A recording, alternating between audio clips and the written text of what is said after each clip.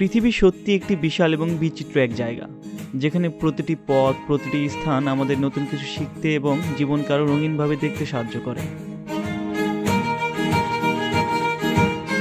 ঘোরাঘুরি বা ভ্রমণ শুধু একটি ভৌগোলিক স্থান পরিবর্তন নয়, বরং এক ধরনের অভ্যন্তরীণ যাত্রাও, যেখানে আমরা নিজের সত্যিকার আমিকে খুঁজে পাই এবং জীবনের উদ্দেশ্য পূর্ণতার দিকে আরও এক ধাপ এগিয়ে নিয়ে যেতে পারি।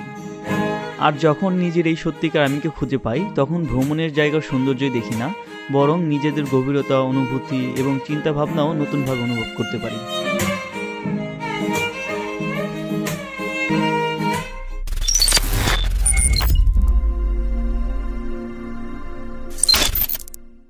হাই, আমি আফতাবুজ্জামান সবুজ, আর আমি ট্রাভেল করতে পছন্দ করি। আর এতদিন গোল্ড কোস্টের ভিতরে ঘোরাঘুরি করেছি, তাই আজকে গোল্ড কোস্টের বাইরে ঘুরতে যাচ্ছি, অর্থাৎ নর্থ স্ট্র্যাডব্রুক আইল্যান্ডে। এই আইল্যান্ডটি আমার বাসা থেকে প্রায় 100 কিলোমিটার দূরে অবস্থিত। আর এই ভিডিওতে আমি এই আইল্যান্ড ট্রিপের স্টোরি আপনাদের সঙ্গে শেয়ার করব। সো চলুন শুরু করা যাক। আমরা সকাল 8টায় আইল্যান্ডের উদ্দেশ্যে বের হয়েছিলাম, আর এবারও বরাবরের মতো আমার ভ্রমণ সঙ্গী কেয়া। আমাদের ব্যস্ততার কারণে আমরা একসঙ্গে ঘোরার সুযোগ খুব একটা পাই না, তবে যদি এরকম সুযোগ পাই কখনোই হাতছাড়া করি না। গোল্ড কোস্ট থেকে আমাদের প্রথম গন্তব্য হবে ক্লিভল্যান্ড, আর সেখানে আমাদের গাড়ি পার্ক করে আমরা প্যাসেঞ্জার ফ্রি টিকিট কেটে, আর সেই ফেরিতে করে আমরা যাব নর্থ স্ট্র্যাডব্রুক আইল্যান্ডে। কিভাবে টিকিট কাটি সকল ইনফরমেশন এই ভিডিওতে থাকবে, সো সেই পর্যন্ত সঙ্গে থাকুন।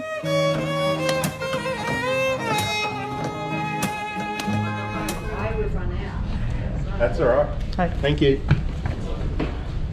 Hi, can I get passenger ferry ticket for just for yourself? for two? Two? Yeah. Okay. Alright, so that'll just be 42. So what's your postcode? 4215 And cash or card? card. Sure.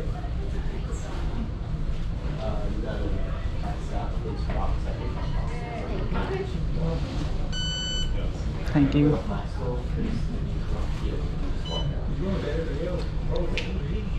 Put it in writing.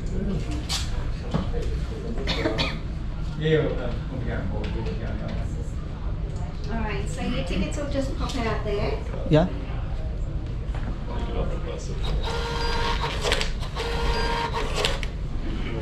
Thank you. Thank you. আপনারা হয়তো অনেকেই জানতে আগ্রহী passenger free টিকিটের মূল্য কত। এখানে স্টুডেন্টদের জন্য কনসেশন রয়েছে, তাদের জন্য $16 রিটার্ন সহ, এবং অ্যাডাল্টদের জন্য $21, এবং প্রতি 1 ঘন্টা পর পর এই ফেরিগুলো ছাড়ে। আমাদের ফেরিতে ওঠার সময় হয়ে গেছে। ফেরির যে কোনো জায়গায় আপনারা বসতে পারবেন, তবে আমরা আগেই প্ল্যান করে এসেছিলাম পুরো ভ্রমণটি করব ফেরির ছাদে বসে। যারা নিজস্ব গাড়ি করে আইল্যান্ডটিতে ঘুরতে চান, তাদের জন্য ব্যবস্থা রয়েছে এরকম বড় ফেরি। সেক্ষেত্রে আপনাদেরকে আগে থেকেই ফেরির টিকিট বুক করে আসতে হবে। Fellow passengers, smoking or vaping on this vessel is strictly prohibited. Eating and drinking on board is also prohibited. For your convenience, toilets are located at the rear of the vessel. Rubbish bins are also located at the rear of the vessel. Thank you for your attention. We wish you a safe and pleasant trip. ফেরি চলে যাচ্ছে, আর চারপাশে শুধু পানি আর আকাশ, আর সেই সাথে এই দারুণ পরিবেশ। তবে এখানে বসে 1 কাপ চা খুবই মিস করছি। ফেরির ছাদ থেকে দেখে মনে হচ্ছে যেন সমুদ্রের মধ্যেই এক বিচিত্র পৃথিবী।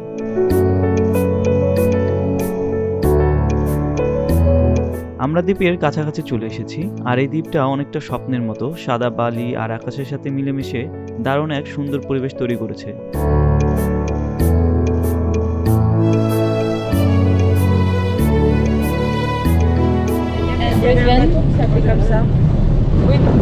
That's how they use the education. We weren't brought up with that. Pigeon. Yeah. See ya. You too.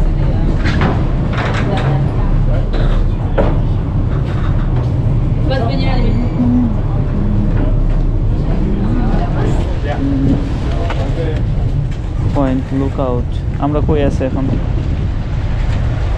Ferry terminal.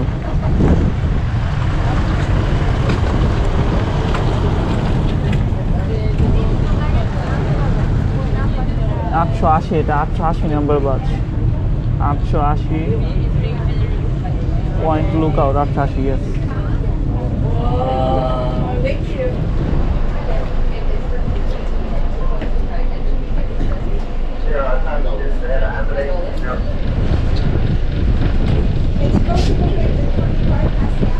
Hi, photo.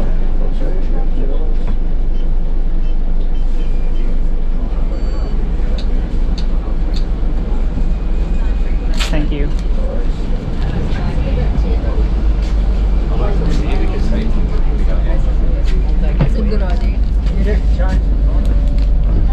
North Stradbroke Island ভারতীয় উপমহাদেশের একটি ছোট এবং সুন্দর দ্বীপ যা আন্দামান এবং নিকোবর দ্বীপপুঞ্জের অন্তর্ভুক্ত। এই দ্বীপটি যে শুধু প্রাকৃতিক সৌন্দর্যে ভরপুর তা নয়, এখানে আসলে আপনি একেবারে প্রকৃতির সঙ্গে এক হয়ে যেতে পারবেন। দূর থেকে দেখলেই মনে হয় যেন এটি এক টুকরো স্বর্গ, যেখানে সবকিছু নিখুঁতভাবে সাজানো। এই দ্বীপের রাতের সৌন্দর্য এবং দিনের সৌন্দর্য সম্পূর্ণই আলাদা। সূর্যাস্তের সময় পুরো আকাশ যেন সোনালি আলোয় ভরে ওঠে, আর দিনের প্রথম আলো দেখে মনে হয় যেন নতুন জীবন শুরু হচ্ছে। এখানকার স্থানীয় জীবনও বেশ চমৎকার। তাদের প্রাচীন ঐতিহ্য, মাছ ধরার পদ্ধতি আর শান্ত জীবনধারা, এই সব কিছু মিলিয়ে দ্বীপটি যেন এক নিরিবিলি পৃথিবী। আমি ঠিক এই মুহূর্তে আছি পয়েন্ট লুকআউট মাউন্টের সি বিচে। আর এই সি বিচটি অসম্ভব সুন্দর, যদিও সানি ওয়েদার না, যার কারণে পানির কালারটা তেমন একটা নীল দেখাচ্ছে না। আর আমার পিছনে ঠিক আছে পাহাড়, আর সেই সাথে আছে সমুদ্র। দুই কম্বিনেশন অসম্ভব সুন্দর, আমার কাছে অনেক ভালো লাগছে। বিশেষ করে এই ওয়েদারের কারণে তেমন একটি এই সামার সিজনে এই ওয়েদার পাবো কখনো কল্পনা করিনি।